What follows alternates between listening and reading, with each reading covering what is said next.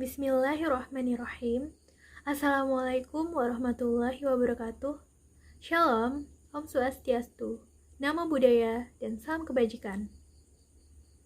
Sebelumnya, saya ucapkan terima kasih kepada yang terhormat Ibu Dr. Rusma Nurtiani MPD, selaku dosen pengampu mata kuliah Bahasa Indonesia, beserta teman-teman yang saya banggakan. Perkenalkan, saya Trisveni Kumulasari dengan NIM 211011182200042 sebagai moderator dari kelompok 2. Pada hari ini, kami akan memaparkan materi mengenai konsep pembelajaran bahasa Indonesia dan pembelajaran berbasis teks. Sebelum itu, saya akan memperkenalkan anggota kelompok 2, diantaranya Aulia Dwi Kurniawati dengan NIM 211011832009 sebagai penyaji materi ketiga. Muhammad Difal Madani dengan NIM 211011821018 sebagai penyaji materi pertama. Muhammad Taqwarida dengan NIM 211011811011 sebagai penyaji materi kesimpulan. Muhammad Syafiq Mubarak dengan NIM 21101182200011 sebagai penyaji materi kedua. Putri Hafizah dengan NIM 21101182200011 sebagai penyaji materi kelima. Feni Damayanti Toni Putri dengan NIM 21101182200037 sebagai penyaji materi keenam.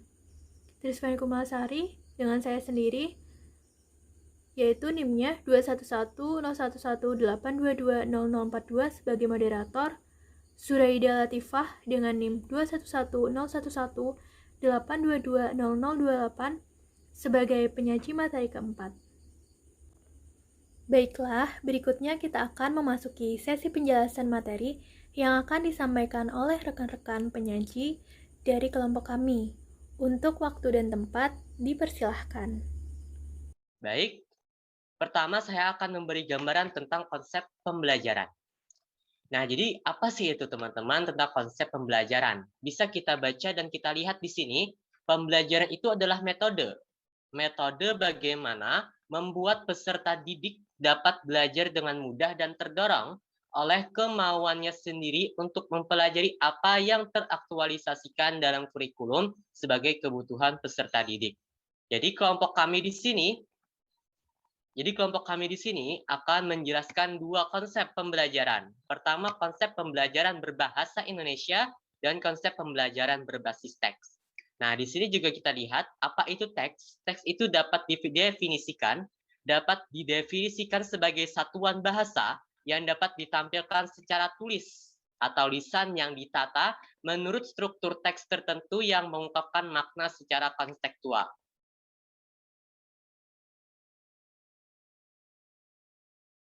Konsep pembelajaran bahasa Indonesia. Keberadaan bahasa Indonesia patut disyukuri sebagai anugerah Tuhan Yang Maha Esa oleh setiap warga negara dengan mengaktualisasikan diri dalam komunikasi berbahasa Indonesia baik lisan maupun tertulis. Implementasi pembelajaran bahasa Indonesia akan terwujud sivitas akademik yang mampu memicu dan memacu pengembangan fungsi bahasa Indonesia sebagai penghala dan pembawa ilmu pengetahuan di dunia global. Adapun visi serta tujuan konsep pembelajaran bahasa Indonesia adalah 1. Meningkatkan literasi berbahasa Indonesia di kalangan sivitas akademik. Yang kedua, menumbuhkan sikap mental sivitas akademik yang mampu mengapresiasi nilai bahasa Indonesia sebagai simbol kedaulatan bangsa dan negara. Yang ketiga, memberikan pemahaman dan penghayatan atas keberadaan bahasa Indonesia. Yang keempat, menyiapkan sivitas akademik agar mampu menganalisis permasalahan dan mencari solusi terhadap persoalan kehidupan. Yang kelima, mengembangkan keterampilan berkomunikasi secara akademik. Yang keenam, meningkatkan akses dan relevansi pendidikan tinggi berbasis bahasa Indonesia. Yang ketujuh, meningkatkan kemampuan sivitas akademik untuk mencari dan menemukan ilmu pengetahuan dan teknologi serta seni melalui bahasa Indonesia. Yang kedelapan, meningkatkan kesadaran sivitas akademik akan peran pentingnya sebagai agen transformasi pola berpikir saintifik melalui penggunaan bahasa Indonesia. Konsep pembelajaran bahasa Indonesia. Terdapat strategi dan konsep pembelajaran bahasa Indonesia. 1. Pendekatan pembelajaran mengacu pada teori-teori tentang hakikat bahasa dan pembelajaran bahasa yang berfungsi sebagai sumber landasan atau prinsip pengajaran bahasa. Kedua, metode pembelajaran, perencanaan secara menyeluruh untuk menyajikan materi pelajaran bahasa secara teratur. Terdiri atas metode ceramah yang dilakukan ketika pendidik memberikan penegasan atau penjelasan secara lisan dan didengarkan oleh seluruh peserta didik. Yang kedua, ada metode tanya jawab dan diskusi. Pada metode ini, peserta didik lebih aktif dalam penggunaan bahasa yang baik dan benar, menyampaikan gagasan dan pemahamannya mengenai materi tersebut. Selanjutnya, teks sebagai bahan dasar pembelajaran. Fungsi sosial teks itu sesungguhnya adalah tujuan teks tersebut. Unsur-unsur kebahasaan di dalam teks tidak lagi diajarkan secara terpisah-pisah, tetapi secara integratif dengan struktur teks dan fungsi atau tujuan sosialnya. Pembelajaran Bahasa Indonesia pada kurikulum 2013 dalam implementasinya menggunakan pendekatan berbasis teks. Dengan berbasis teks, bahasa tidak hanya dijadikan sebagai sarana komunikasi, tetapi sebagai sarana mengembangkan kemampuan berpikir. Kemampuan berpikir secara metodologis, yaitu berpikir sistematis, terkontrol, empirik, dan kritis. Dengan demikian, pembelajaran bahasa Indonesia berperan lintas mata pelajaran yang memperkuat cakupan belajar bahasa, belajar mengenai bahasa, belajar melalui bahasa, dan paradigma globalisasi dalam ilmu pengetahuan. Sekian, terima kasih. Jenis-jenis teks. Genre sebagai jenis teks dapat digolongkan menjadi genre faktual dan genre fiksional atau genre rekaan. Yang pertama ada genre faktual.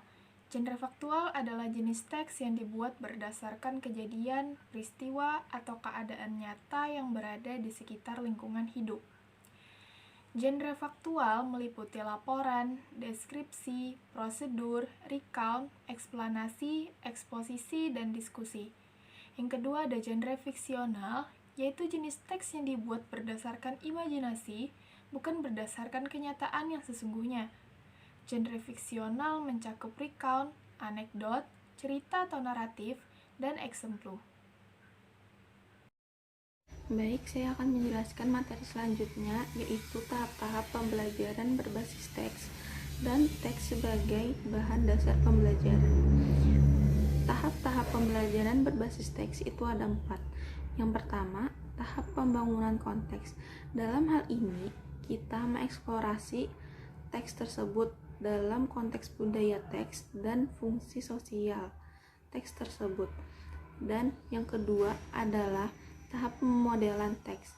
Dalam tahap pemodelan teks, kita mengkaji pola atau struktur teks dan fitur linguistik teks yang merealisasikan jenis teks yang dipelajari, serta membandingkan model teks yang menjadi fokus kajian dengan teks lain yang sejenis. Dan yang ketiga, tahap pembuatan teks secara bersama-sama. Dalam tahapan ini, kita membuat teks secara bersama-sama setelah melalui tahap pertama dan kedua dengan bantuan pengajar sebagai contoh. Dan yang keempat, tahap pembuatan teks secara mandiri. Dalam tahap membuat teks secara mandiri, kita telah dituntut dalam membuat teks itu secara sendiri-sendiri, bekerja sendiri dengan teks yang akan dibuat, dan kinerja masing-masing dalam menulis atau menghasilkan teks tersebut. Nah, teks sebagai dasar pembelajaran. Bahasa dipandang sebagai teks, bukan semata-mata kumpulan kata-kata atau kaidah-kaidah kebahasaan. Yang kedua, penggunaan bahasa merupakan proses pemilihan bentuk-bentuk kebahasaan untuk mengungkapkan makna. Yang ketiga, bahasa sebagai fungsional. tidak pernah lepas dari konteks karena bahasa mencerminkan ide, sikap, nilai, ideologi penggunanya. Dan yang keempat, bahasa merupakan sarana pembentukan kemampuan berpikir yang direalisasikan dalam struktur teks. Assalamualaikum warahmatullahi wabarakatuh. Nama saya Muhammad Taqwarida. Sebelumnya saya ucapkan terima kasih terlebih dulu kepada moderator dan juga teman-teman saya yang telah menyampaikan materinya dengan baik, sehingga sampailah kepada bagian saya untuk memberikan kesimpulan dari keseluruhan materi tersebut. Kami telah memaparkan 2 materi bahasan pokok. Yang pertama ialah konsep pembelajaran bahasa Indonesia dan yang kedua ialah konsep pembelajaran berbasis teks. Yang pertama, konsep pembelajaran bahasa Indonesia di sini sangat mengena pada implementasi bahasa yang disesuaikan untuk mencapai tujuan dan fungsinya sebagai sarana komunikasi dan pemersatu bangsa. Jadi konsep pembelajaran bahasa Indonesia di sini dirancang untuk dapat mengimplementasikan bahasa tersebut sebagai sarana komunikasi dan pemersatu bangsa yang sudah disampaikan pada pertemuan-pertemuan sebelumnya. Pada presentasi kelompok 1 dan juga diskusi, disampaikan bahwasannya bahasa di sini mempunyai konteks yang berarti bagi bangsa Indonesia. Apalagi bahasa di sini juga telah diikrarkan para pemuda pada tahun 1928 dan menjunjung tinggi bahasa Indonesia tersebut sebagai bahasa persatuan. Beberapa fungsi, visi, dan tujuan dalam pembelajaran bahasa Indonesia tersebut ialah untuk meningkatkan cara berkomunikasi dan menyajikan informasi yang lebih jelas dan komprehensif, sehingga dapat memungkinkan tidak adanya sifat individual terhadap tradisi atau budaya yang lebih menonjol di Indonesia. Karena, seperti yang kita ketahui teman-teman, bahwasanya Indonesia mempunyai banyak keberagaman seperti suku, budaya, dan bahasanya. Maka dari itu, fungsi, visi, dan tujuan konsep pembelajaran bahasa Indonesia di sini adalah sekiranya seluruh daerah-daerah budaya-budaya yang ada di Indonesia tersebut dapat menangkap informasi dengan bahasa persatuan dan juga meningkatkan rasa nasionalisme masyarakat Indonesia dan lebih mentoleransi. Dengan adanya pembelajaran bahasa Indonesia di sini, tentunya mengimplementasikan pembelajaran tersebut dapat meningkatkan rasa nasionalisme yang ada. Pada pembelajaran bahasa Indonesia juga terdapat strategi dan konsep umum yang dilakukan. Contohnya, pendekatan pembelajaran yang membahas tentang hakikat bahasa dan juga metode pembelajaran yang menerapkan konsep pembelajaran prosedural atau terencana, teratur, dan bertahap. Jadi teman-teman, konsep pembelajaran bahasa Indonesia di sini sudah dirancang secara prosedural, yang dimana sudah terencana, teratur, dan bertahap. Tentunya sudah banyak kajian-kajian tentang penerapan konsep pembelajaran bahasa Indonesia di sini. Dan yang kedua ialah konsep pembelajaran berbasis teks.